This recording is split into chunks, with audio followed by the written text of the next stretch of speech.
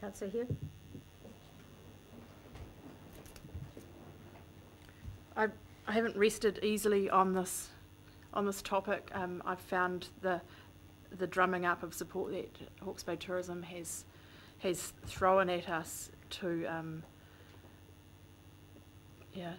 have been a challenge, because they've presented a very good business case. In the past, when they've come to us, they've presented and had a great story, and when we said no, you can't have the extra funding, they've gone out and delivered anyway. So I suspect that without a significant rate increase, they will continue to deliver as well. I will be speaking against it. We went out and consulted on 3.95%, but what that actually meant for my rural ratepayer in Central Hawke's Bay was 5.72%. If you have a look in our document, that was a hard sell down there. And if we add the extra 300,000 on, that's up here. I'm calculating it, and I stand to be corrected, but at 7.64%, and I don't think that is something that I can stomach in amongst a lot of the feedback I've been receiving. I'm having people say, look, user pays, and we see user pays in so many other areas, and while nice to have is very nice in tourism, I believe our core functions are standing to be compromised by pursuing this. So sadly, I won't be supporting it. I am going to take the opportunity to speak on this one, and I am going to speak in favour of the motion. I think there was a very good case made for the spending. It has been raised that an increase of that 300,000 would take the money out of people's pockets to the tune of $3.75 a year. I think it's how we sell it that we've actually got to say. An increase of $3.75 out of your pocket is not great for anybody. One of the things that really impressed me was some of those supporting businesses who can look, if they can get a campaign that attracts people in the off-season, they can provide permanent jobs. And the thought of somebody that's not on a casual job in summer and on the dole in winter, but is actually able to provide for their future by being able to budget, because they know that even if it's only a few jobs, it gets a few more people out of that poverty trap and into something that they can plan their lives and depend on.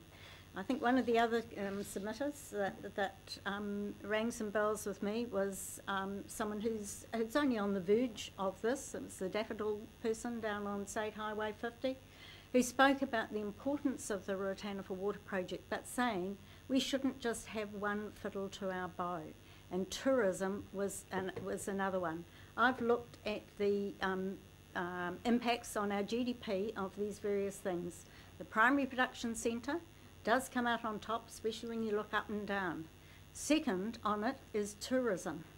Now, if we could lift that, it's great. Third on our GDP is social welfare. And I don't want to be part of a region that actually is dependent on social welfare as their biggest spender. If we can do something that lifts people into a more vibrant community and provide more people with jobs and job opportunities and a future, it's another string to growing it. Yes, there may be other business ventures, but nobody has actually come up with another proposal. Nothing is there. It's all very well to say I want to create jobs that are, bringing our people home in the highly educated sector, but they haven't actually come up with any proposal that will actually deliver on that. Let us create this as the Silicon Valley of New Zealand or whatever. Nobody's actually come up with a definite proposal. This is a definite proposal with a business case, which is able to demonstrate values, and I want to see jobs here in Hawke's Bay that help provide our young people with a future and the ability to know that they can provide for their future. So I will support it, and I would also support seeing a Māori trustee, because I think that that's the one thing we're not really selling. Yes, get people here, but that's another thing, people here, and we need people on there who can help with that campaign with an insight into that. So I'm happy to support that. Well, I feel like Winston Churchill, we shall fight them on the beaches. I feel a 5-4 coming up. Firstly, I'd like to say to Councillor Pipe, I really sympathise with where you're coming from. You've put in the energy in there, you know this better than all of us, and you know these people better than all of us, and you can see that the work and energy that's gone in here to make this thing happen and to make it happen straight away, and you believe the numbers. So just want to say it's quite interesting that you're on one side and Tom's on the other, but you're going to be voting together on this, it appears. But my point is that we can only do what we can do, and that's why it was really good to be able to put the numbers up and see what we can sell to our ratepayers, because whilst we're all quite close to this, they're not, and this is the journey which we have to take them on. And if it takes 3 years, and I think this is a wonderful compromise that's been put up by Councillor Dick of achieving this objective, albeit take a little bit longer and bring our people with us. Secondly, I'd like to say this is a stunning group of people that we have here leading our tourism industry. You rarely get this kind of calibre of person in a small provincial place such as we are, and I would hate to lose them. They're passionate, they don't get paid that much, and some of them are volunteers, a lot of them are volunteers. And I think that they have knitted together here quite an outstanding branding program, which will help to bind us, whether we amalgamate or don't amalgamate. This branding program, and as I said before, I've had some experience in branding, is an opportunity to bring us all together. And I was a little bit disappointed to see the Wine Boys go off on another tangent. Part of their challenge is going to be getting everyone into that branding program. But standalone, it is quite stunning. If tourism is going to be our lead industry, you can see that happening quite quickly. Even if they get a 3% increase, there's not many other industries going to increase by that.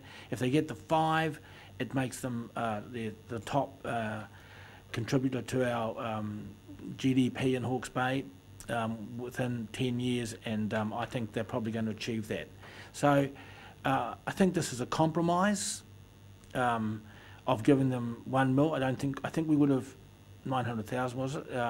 That would have been very difficult to sell. But we're saying to them, well done, this is a great program.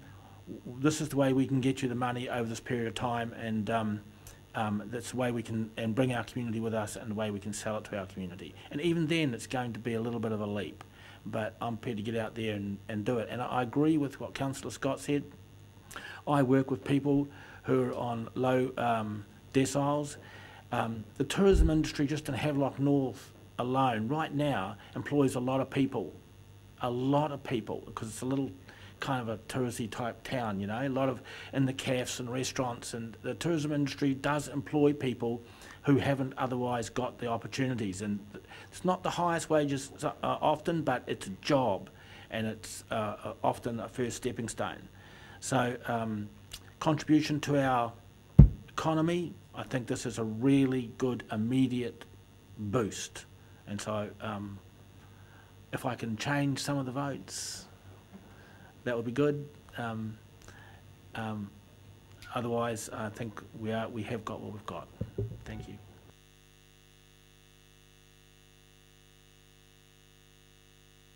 I was just going to ask if you could take the vote in the two parts, because I will support the Māori tourism part.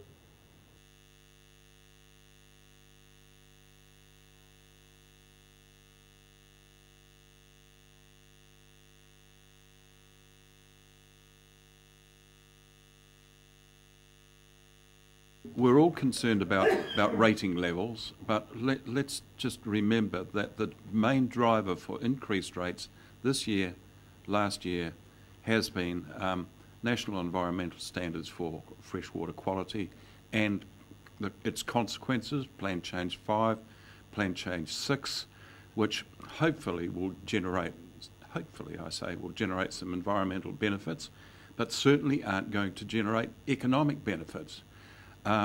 This proposal will, there is no question about it. And look, I just have to say to my colleague and friend, Councillor Pipe, I hope that you'll reconsider your position, because quite candidly, if we lose this one, then Hawke's Bay Tourism's getting nothing. They might be lucky to get 70,000. Okay, I'm going to put the vote. All those in favour say aye. Aye. Against? I'll call for a division on that. All those in favour raise their right hand. 1, 2, 3, 4, 5. Against?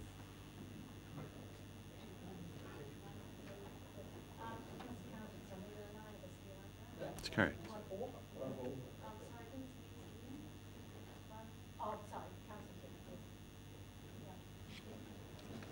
The vote is carried, and so we've only got one more item to go, and that was our first consultation item, and that was on rates. And you'll find the officer's comments on page 23 of the main document, of the start of the report.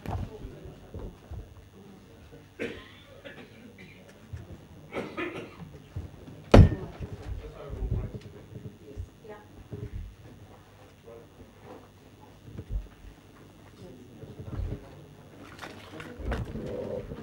Yeah.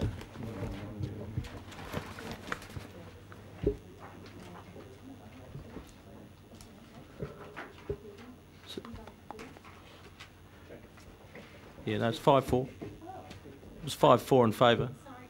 Yeah. Sorry. We didn't get. No. Sorry, can I just get the people who voted against it to raise their hands again, just so I make sure that I've got them? It was Councillor Bevan. Yeah. There's not as many of you. Yeah. You wait till we get to some place. Okay.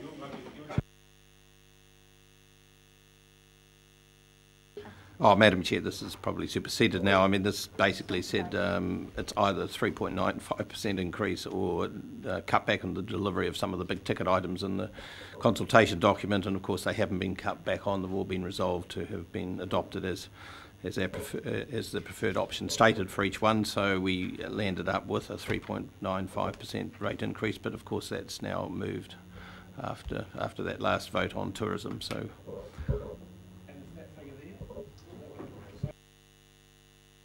And it's the 5.7.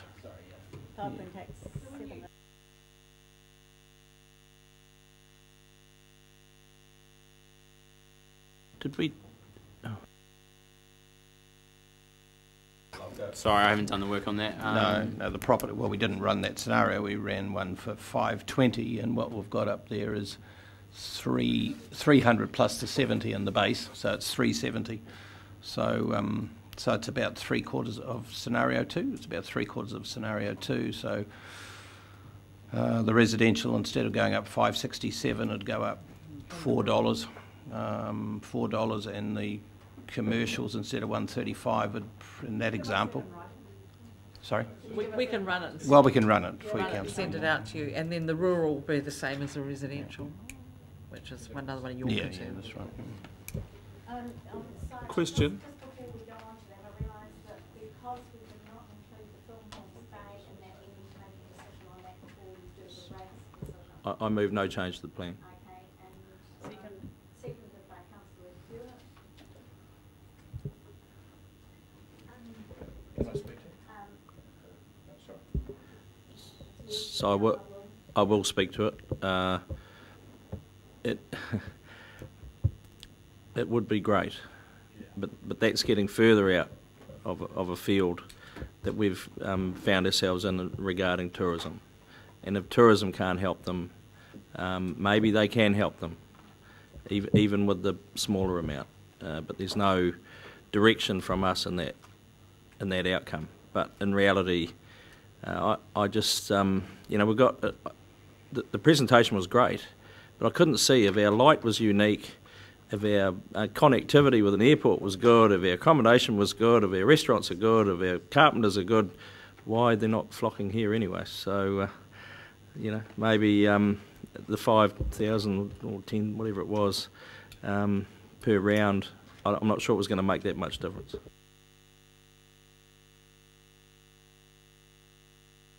Yeah, I think From the presentation that was given, one of the things that was said was that Hawke's Bay Tourism do actually assist them because they can help with accommodation sometimes, you know, and getting the people to those places where they're needed. So there is a connection there, although it's not in the general tourism market. It's in a very specialised niche market. And I think there is a need for that. I think we have a wonderful area here for this. The light, for instance, and that was commented on. The light is fantastic for filming. So I think there's huge potential there, and I'd like to see that somewhere along the line in the future that we can in some way assist them. I think Hawke's Bay Tourism are doing that in a way at the present time, but I don't think it should be necessarily wrapped into what we give tourism, because it's not in that space. It's not in that industry.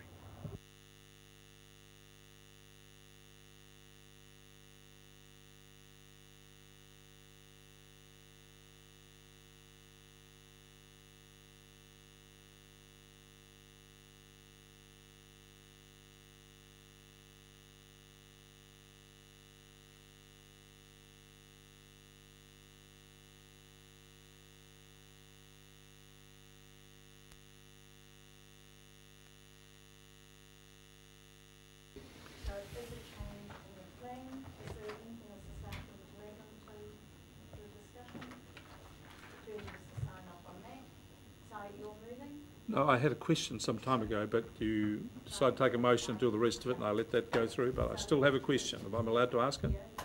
Thank you. I'd just like, Paul, if you could explain the figures along the bottom, the 5.87, 5.69. Though the percentages there, are they increasing percentages each year, cumulative on the previous year, so that 5.87 is on this year's rates, and the next year the 5.69 will be 5.69% on the final figure at 5.87 comes to? Yes. So we're looking at every year a rate at this stage at 5.87, 5.69, 5.51% increases each year. That's what will go on the plan, and I've figured out, following up on Councillor Dick's point, of why the next year is slightly less, and that's because it's coming off a bigger base, isn't it? Yeah, the differences on the bigger base, so therefore the percentage on the bigger base. So just a question, in round terms, ratepayers are going to be looking at something in the order of 17% increase in rates over the next 3 years. That's correct, Council. That's what will go out into our long-term plan, but as Councillor Dick says, every year does stand alone. So the annual plan comes up and you as councillors will be looking at 16, 17. On present settings, 17%. If yeah. Okay.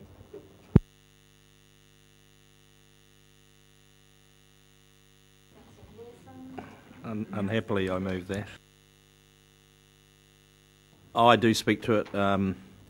We've had a good old go here the last 3 days, and this is where we've ended up. The big ticket item was never going to be easy. It's been dealt with pragmatically, in my view. I'm not here to talk about that, but I am talking about the fact that to do that, we have to then set a new rate. And like to lump it, we have to go out there and discuss that going forward, so we will.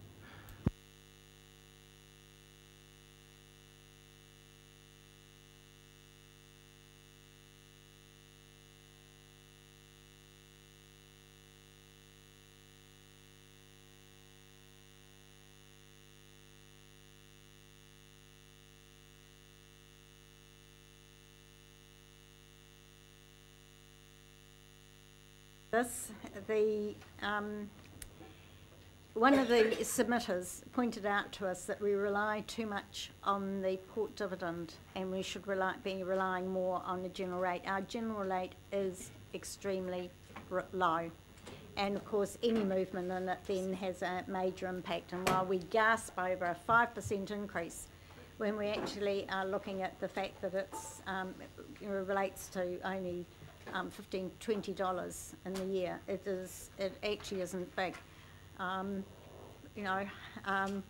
I look at my, and I know it's different for rural ratepayers, but as an urban ratepayer, You know, I could sneeze and not notice my rate here, but boy, do I notice my city rate, because any rise in that, 5% in that's talking in terms of hundreds. So I would like in the future that we consider how we shift some of that, because it would be nice to be able to use some of that port dividend money towards some of those non-funded things. We've always had this philosophy in the past with the sale of land account, that a certain amount of it was to be put into a community development. We've lost that, so I hope in future we get the chance to actually shift some of that back, so we can make some of that community assistance in the future. Maybe that's one way of doing it. So, Councillor Belford. I noted that one of the submissions was from a Mr. Andrew Pierce that suggested that we wean ourselves off the port dividend, and I believe the gist of that gentleman's submission was that this council might have gotten a bit complacent about living off the port, and as I recall, suggested pretty clearly that we this is something that we need to address, and I thought that was a kind of an interesting submission from left field. So I assume it's the Andrew Pierce that we all know and love, but I think that we do have to come to terms with that at some point as to how many ways can we stretch that particular asset to fund all the rest of the things that we want to do, and then still pretend that our rates are as low as we like to represent them to be. Any other speakers? Want to sum up? Just to echo Councillor Dick's thanks to the staff, and well done with that, and thank you, Deputy Chair, for today. Yeah, let's onward and upwards. Okay, put the motion. All those in favour? Aye. Against? Carried. Is that the motion to approve the rate? Yes. I'm against that. I want the name recorded too. Thank you. Right, we'll go back and open the vote again. We'll take a division on it. All those in favour, please raise your right hand. 1, 2, 3, 4, 5. Are those against? 1, 2, 3, 4. Carried. Thank you very much. Thank you for your support today. We did overlook to put in a formal motion on the Tomato Trust. However, that decision was made at the last council meeting to carry that money forward, so that does stay in the plan. So that has been dealt with. So I'd just like to thank you all for your concentration, for your preparation.